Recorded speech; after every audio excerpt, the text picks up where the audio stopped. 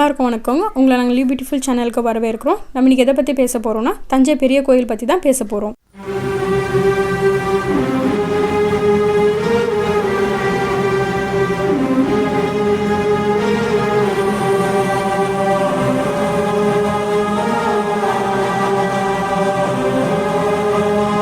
ஆயிரம் வருஷத்துக்கு முன்னாடி கிபி 10ஆம் நூற்றாண்டில் ராஜராஜ சோழர்னால் இந்த தஞ்சை பெரிய கோயில் கட்டப்பட்டிருக்குங்க.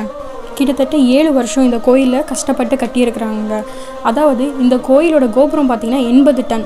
அந்த 80 டன்னை வந்துட்டு 216 அடி இருக்கிற கோயில் மேலே இந்த கோபுரத்தை வைக்கிறதுன்ற சாதாரணமான விஷயம் இல்லைங்க. இப்போ இருக்கிற டெக்னாலஜியில் கூட நம்ம இவ்வளோ அக்யூரேட்டாக இந்த மாதிரி ஒரு கோயில் கட்ட முடியுமான்னு நம்மளுக்கு தெரியாதுங்க. அது மட்டும் இல்லாமல் இந்த கோயிலோட ஸ்பெஷாலிட்டி என்னென்னா, அங்கே இருக்கிற லிங்கம் 29 அடி இருக்குதுங்க. நம்ம தமிழ்நாட்டில் இவ்வளோ பெரிய லிங்கம் எங்கேயுமே இல்லை, நம்ம தஞ்சை பெரிய கோயிலில் தாங்க இருக்குது. அது மட்டும் இல்லாமல் நம்ம இந்த கோயில் கருவறை பார்த்தோம்னா, நம்ம கருவறையிட்டு மேலே பார்த்தோம்னா நமக்கு அந்த கோயிலோட கோபுரம் தெரியும்.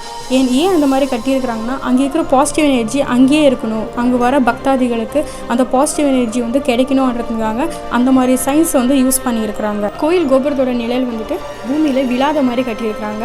இந்த கோயிலில் நிறைய மர்மங்களான சுரங்கப்பாதைகள் இருக்குது. அதில் சில சுரங்கப்பாதைகள் கவர்மெண்ட் தடை விதிச்சுட்டு இருக்கிறாங்க. அது மட்டும் இல்லாமல் அந்த காலத்தில் ராஜாக்கள் இது ரொம்ப சீக்ரெட்டான பாதையாக அவங்க யூஸ் பண்ணியிருக்கிறாங்க. இப்போ கூட அங்கே இருக்கிற பெயிண்டிங்ஸாக இருக்கட்டும், கல்வெட்டாக இருக்கட்டும், ரொம்ப சிறப்பு மிக்கதாக இருக்குதுங்க.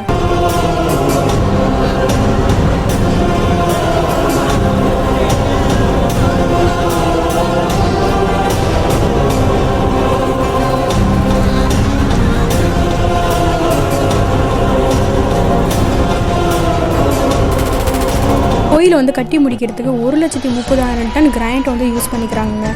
உங்கள் லைஃப்பில் வாய்ப்பு கிடைச்சிச்சுன்னா மறக்காமல் இந்த கோயிலை போய் நீங்கள் பாருங்கள். இந்த வீடியோ உங்களுக்கு பிடிச்சிருந்தா மறக்காமல் லைக் பண்ணுங்கள், ஷேர் பண்ணுங்கள், கமெண்ட் பண்ணுங்கள், சப்ஸ்கிரைப் பண்ணுங்கள்.